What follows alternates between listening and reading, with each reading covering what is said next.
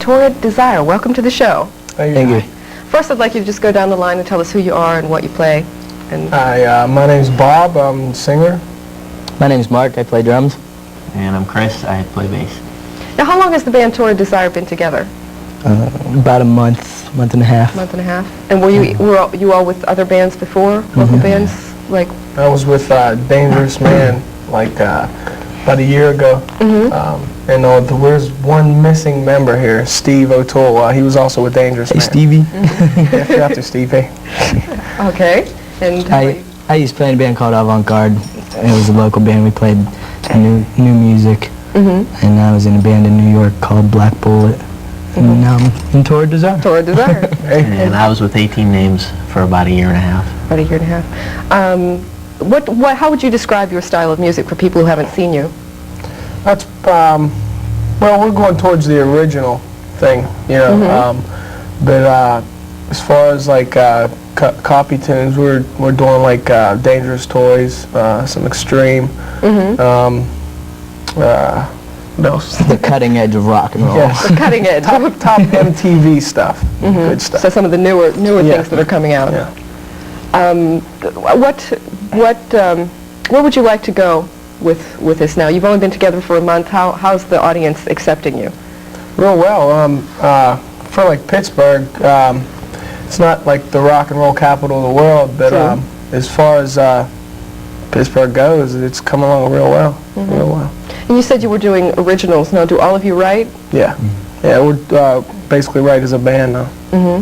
We had when we first got the band together, Steve that isn't here, he had a couple ideas, and we're doing like one of his tunes that we used to do in Dangerous Man. But you know, it was basically like redone when we did it here, but it was basically Steve's idea. But as far as anything else goes, we're starting to write as a band. Well, since you've only been together for about a month, have you known each other before? I mean, is it hard to suddenly get together with this group of guys and just start writing? I mean, with people you don't know that well, or? What's your name again? Who are you? Leo. You forgot the question, right? Exactly. Okay. What I said was, having only been together a month, you said you write together as a band. Is that difficult to do with, you know, people you haven't known for years, or does it start to gel?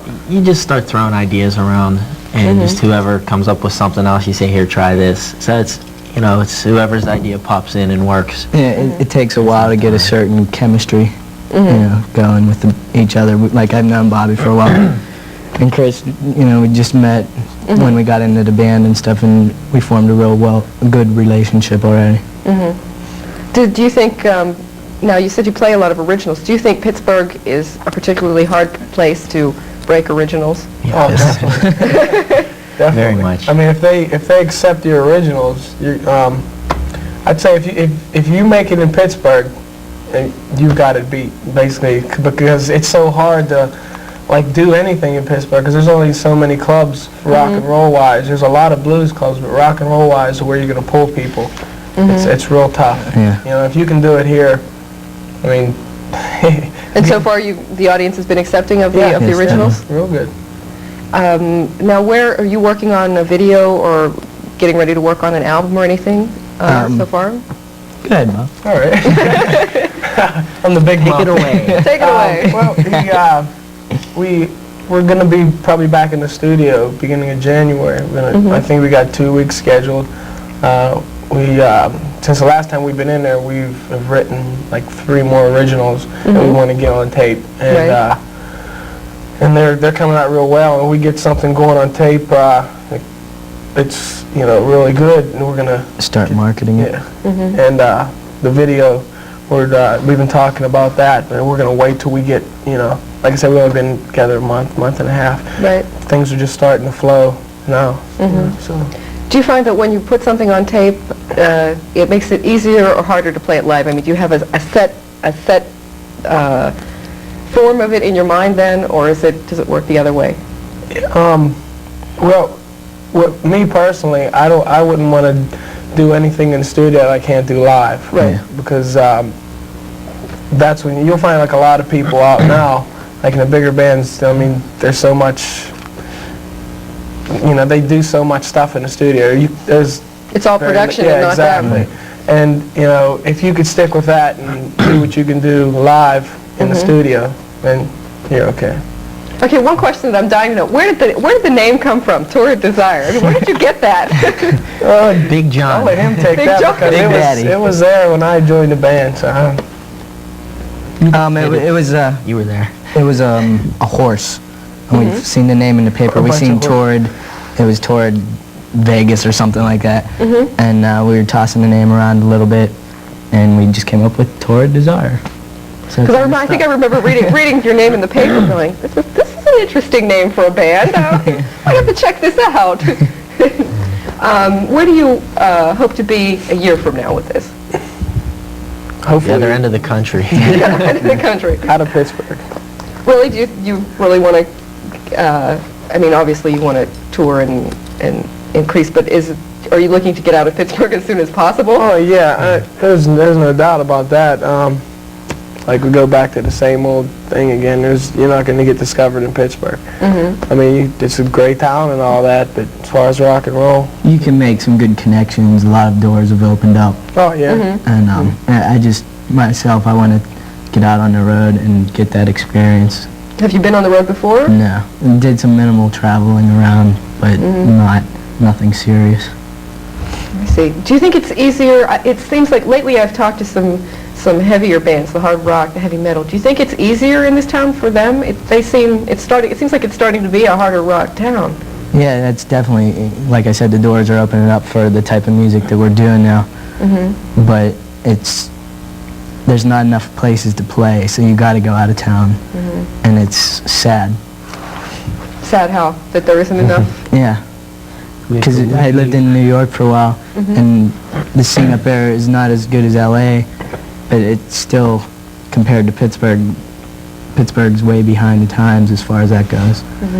Do you think that's changing, or do you think it's just a static? It's starting to make a change, but not fast enough for the bands that are coming out. Right. So where, if someone wants to catch you guys, where do you play locally?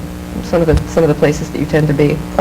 like the South Hills. Like this whole first month we played out, we were like, you know, we haven't been close to Torrid home. disasters. We were like, yeah, we were. Disaster? It was kind of good, first of all, because we were getting our stuff together, and being a new band, we were like miles away from home. I mean, Right. we did some stuff up in Harmony, Harmony, Zdinak. I mean, that's a nice haul from like where, you know, we still had some people come to see us, a couple of our friends, which helped. But That was it.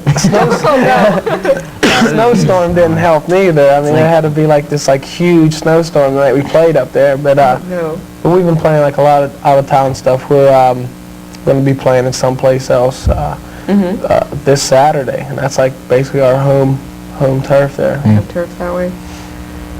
So you sort of took your act on the road first to get the bugs out. Now, why did you call it a tour of a tour of I don't know if we should disasters? get into The weather hasn't helped. Yeah. We had some problems with our truck the first night.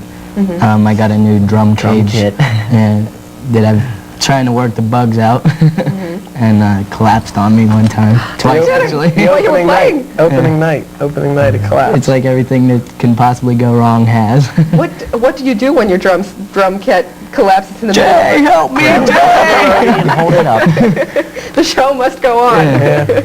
The key is to act like nothing's happening.